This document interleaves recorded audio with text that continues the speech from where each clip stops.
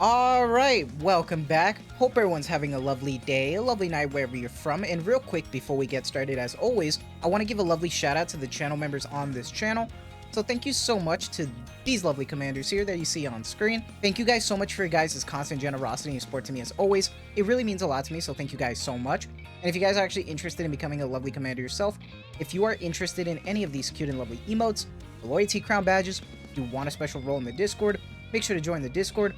But as always, if you choose to do so, thank you so much. Just remember, that's not the only way that you can support me. Just watching the content like you are right now is truly the best way. Liking, subscribing, and commenting, everything really does help, so thank you guys so much. And for today's video, ever since my last upload, they have been uploading constantly a bunch of new things, and before we get started, there's something that I really want to ask you guys that's kind of important, and that's in regards to how I upload. I want to get your opinion, because when there's new content that comes out that's like important information, even if it's just one post, I like to try to make an upload even if it's like a 4 to 6 minute video, just to let you guys know. But when we already know that there's content coming out and there's like an influx of posts, do you guys want to see more of that just like constant upload? Or do you like it when I do videos like this where I wait for a little bit and then just have like a nice session just talking about everything? I really want to know what your guys' opinion on that is, because you guys watch the content, so I want to know how you guys like to see the content. I would love your feedback, so thank you guys so much, and let's get started because there is a lot to talk about. So let me scoot on over and let's put it on screen right here. And as always, we are at the Goddess of Victory Nikke Twitter for the Goddess of Victory Nikke X Resident Evil collaboration that's coming soon, Salvation Through the Crimson Flame. The story begins on September 24th.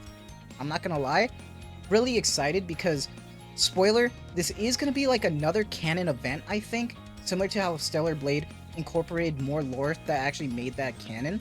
And I think this is going to happen again, but this time it's with a third-party IP that's not belonging to Shift Up. So there are some stuff I want to talk about with that later, but let's talk about this wallpaper, because first off, I love that Neovirus symbol in the background. That eye-opening thing, it's just like a reminiscent to the original Resident Evil logo with the eye opening and stuff. That's just really nice to see. And I like that Kiri's back. The fact that Kiri's back is actually really heartwarming to me, just because I actually love her character. I think she's funny. And then we see Miranda in the background. We see this little bomb thing with the crimson colors as well, with Claire and Dee back to back, looking great. Jill obviously like heading this whole thing. And then Ada with her crossbow. We see Polly on the left over there, just running from the cult. This looks really, really cool. I want to give them props because there was a gem code here, which I thought was cute, because if you can see under the X of the Nikke X Resident Evil, there's an S on the cross, and then there's the T for this little grave thing right here. There's an O on Polly, and then there's a P on D's axe, and then there's the 0924, and that's a gem code.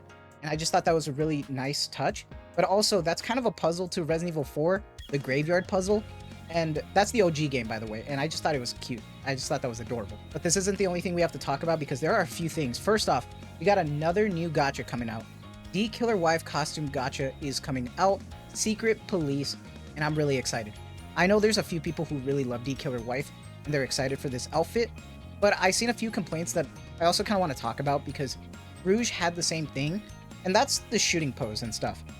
They're starting to become the same thing. And especially for Rouge, it was pretty obvious that they used her same pose to try to like censor the boobs. And this is just kind of different because it's just like her same shooting pose. So I really hope that they don't just start getting lazy with it, but we'll see. I think it looks great. I'm definitely going to pick it up. I always pick up every costume gacha, obviously, but I'm also always going to shitpost on it. So we'll see if this gets more drama too. We'll have to find out, because they absolutely ignored the Rouge one. Then they also had this cute event, Classified Track the Neovirus. You've been ordered by the central government to investigate a neovirus incident at a mysterious mansion. During the investigation, follow the manual to gather clues and meet a mysterious partner inside the mansion. And then this was an event, but you can actually get some idea of like how the actual like environment looks for the event. I thought it was cool. There was like these huge like tubes and stuff that were like broken open.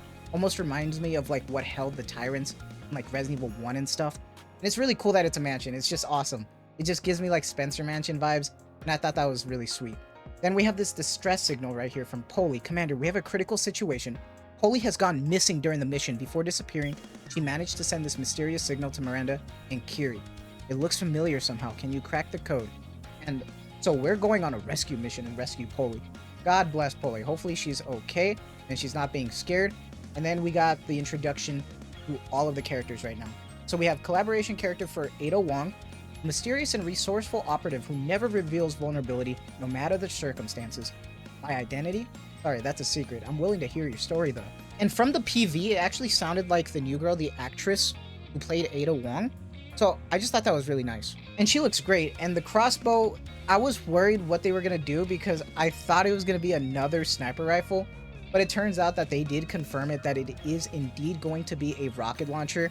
So I was talking about this in the Discord and we were talking about, is this going to be a sniper?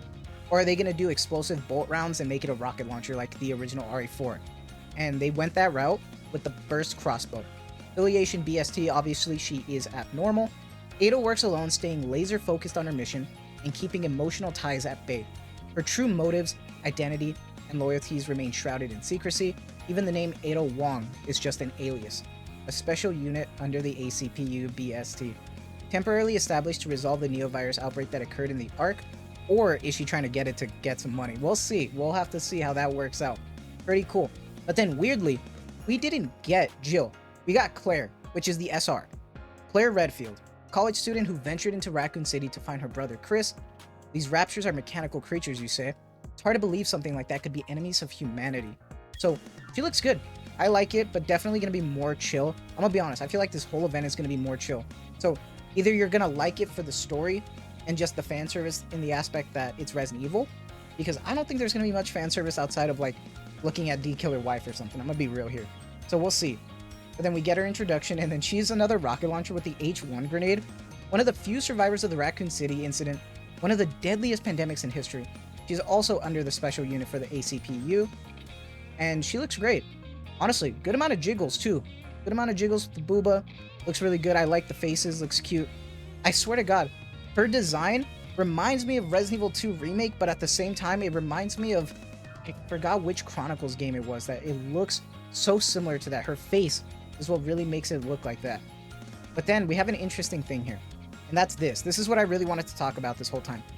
A D-wave has been detected in a large mansion on the outer rim. At the same time, clues surrounding mysterious disappearances in the Ark also pointed to the same strange mansion.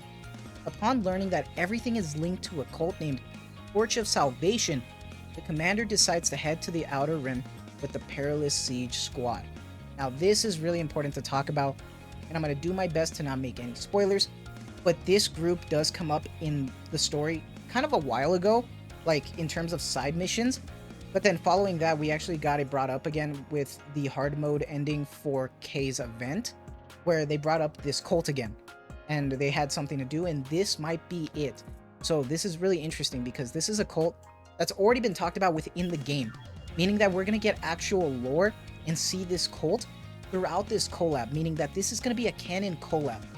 I don't know how that's going to work, and I don't know how to feel about that yet, because I feel bad for the people who are going to miss this, that really want to learn about the lore, because like the Stellar Blade one is going to be in the archives, but that's an exemption because that's a, you know, shift up IP. This is not. So I wonder how that's going to work and how careful they're going to try to be with it. So we'll see. But I want to talk about this image because as cool as everybody looks and stuff, there's only one thing I want to talk about, and it's this girl on the left here, Sable.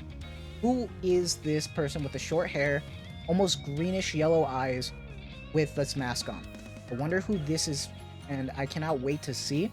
Reborn Evil. What a good title. I think I'm just biased right now, but I'm really excited for it in the sense that I just want to see the story, especially with this cult stuff. Like, this looks cool. Looks like it's going to be a good, like, cooked story. I'm really excited to see what goes on with all this, so we'll have to find out. And then we got one more thing to talk about, and that's this new costume for Ada Wong, which I already suspected it was going to be an event pass.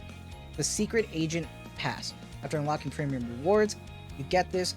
And this looks like to be the new version that we got in RE4 Remake, rather than the original from RE4, which is interesting, which I think is their way of trying to, like, keep the fan service less tame and stuff.